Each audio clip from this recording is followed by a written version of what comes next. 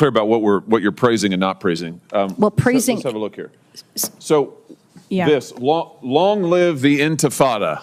Yeah. Is this an example of the what did you say, National Organic Human Rights Movement that you mean? Is this a human rights movement? I'm not sure that using the term Intifada, which literally just means to like shake off or get rid of, is effective. As most Americans don't actually associate it with a human rights issue, so I don't think that's effective. No, Senator. Wait a minute. You don't think it's effective, but you would agree that this is calling for the destruction of the state of Israel. This is after the No, Senator. No, it's not. This isn't calling for the killing of Jews. I don't know that person, and I don't know that sign. So you don't know what this means? I don't. Think you haven't seen this before. Did you see these protests on Rabbi? Do you know what this means? Welcome to Congress Alliance. Hey everyone, let's dive into a critical issue that's been making headlines. Senator Josh Hawley has been raising the alarm about what he sees as deeply anti-Semitic protest and rhetoric on college campuses. He's not mincing words here. Yes, it's a call for the destruction of the state of Israel and probably the killing of Jews everywhere. I do not agree with that, Senator. You don't think that's hate speech right here?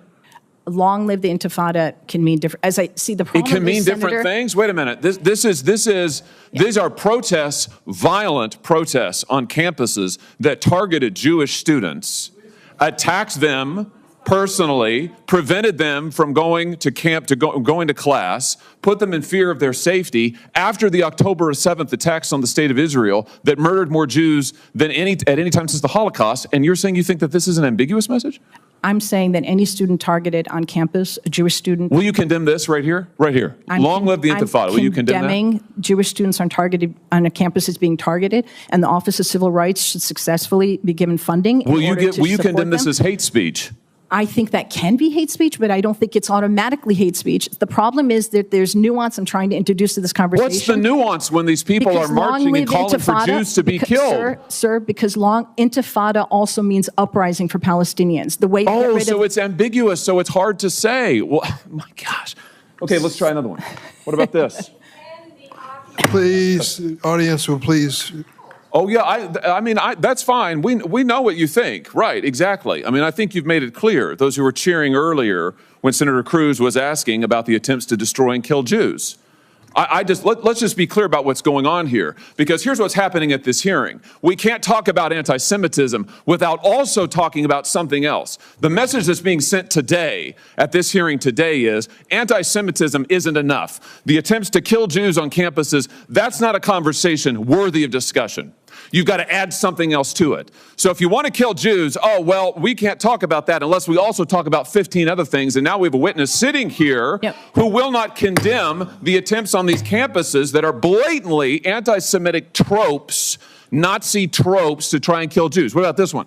There's only one solution. Is that a national organic human rights movement? No, sir. I trust that's in reference to Holocaust, and that's I would think the final solution. Okay, what about this? What about this? Glory to our martyrs. Again, I don't understand the point of messaging like that. I don't know what that means. Would you condemn this as anti-Semitic? This was projected here in Washington, D.C. on the campus in front of Jewish students following the October 7th massacre. I think that is not appropriate speech at a time. It was hate speech in the context, don't you think? Sure, but the point is I would prefer to focus on the issue of hate crime. That's the reason I'm saying this is a hate crime. When you threaten to kill Jews and destroy the state of Israel, that's hate speech. No, that's a hate crime. Threatening to kill anyone, including Jews, let's not pretend that it's ambivalent or ambiguous or we're not sure. How about this one?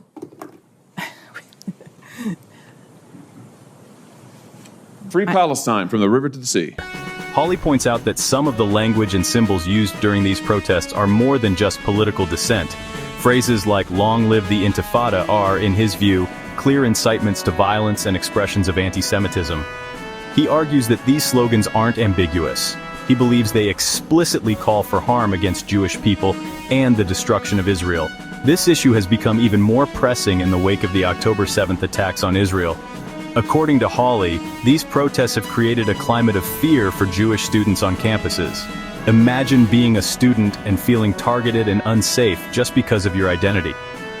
During a March 5th Senate Judiciary hearing, Hawley confronted Nexus Project Washington director Rachlin. Hawley was frustrated that Rachlin didn't unequivocally condemn these anti-Semitic actions. He went...